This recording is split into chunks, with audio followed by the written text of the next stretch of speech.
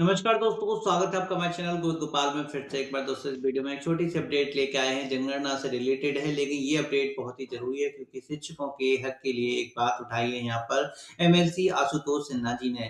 उन्होंने सीएम योगी जी को सीधे पत्र लिख के कहा है कि मानसून सत्र में जो ये आप जनगणना की ड्यूटी करा रहे हैं, इसके बदले आपको शिक्षकों को ईएल देनी होगी। जी हाँ, क्या है बात सारी बताते हैं आपको बहुत ही जल्दी में।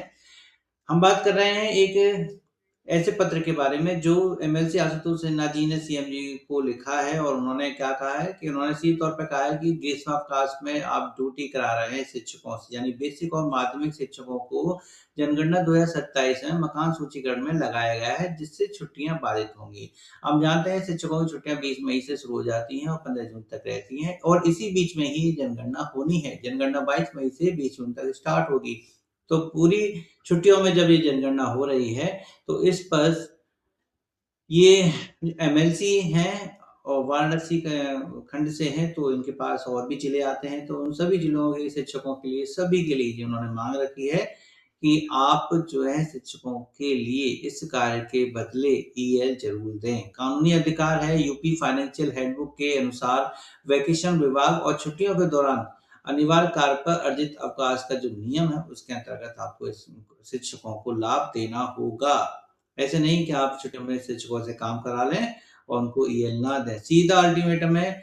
सरकार ने स्पष्ट आदेश नहीं दिए तो आगामी मानसून सत्र में विधान परिषद में व्यापक घेराव की चेतावनी। मतलब इस प्रश्न को वो सदन में उठाएंगे। उन्होंने सीधे तौर पे कह दिया कि आप समय अंतर्गत हमें जवाब दीजिए कि आप इनके लिए, शिक्षकों के लिए क्या कर रहे हैं।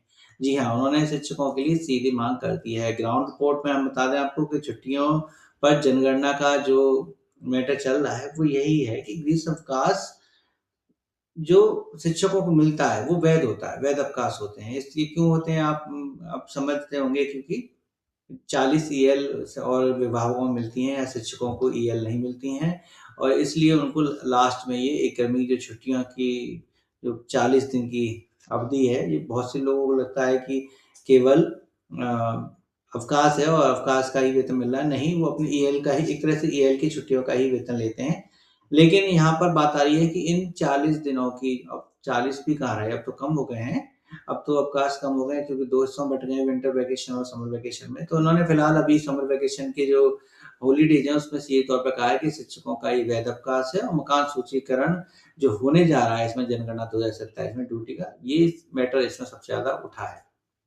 वाराणसी की बात है कि कई जनपद इसमें शामिल हैं, बेसिक और माध्यमिक के शिक्षक हैं, तो भई सभी को जो है न्याय मिलना चाहिए। उनके अनुसार उनकी बात कहना है कि हम शिक्षकों की बात नहीं उठाएँगे तो किनकी उठाएँगे? तो शिक्षकों के लिए उन्होंने ये आवाज़ रखी है और बल्कि जो उन्होंने 2 नियम की बात उसमें की है, वो नियम क्या है? एक है अनिवार्य सरकारी कार्य और दूसरा है वेकेशन विभाग।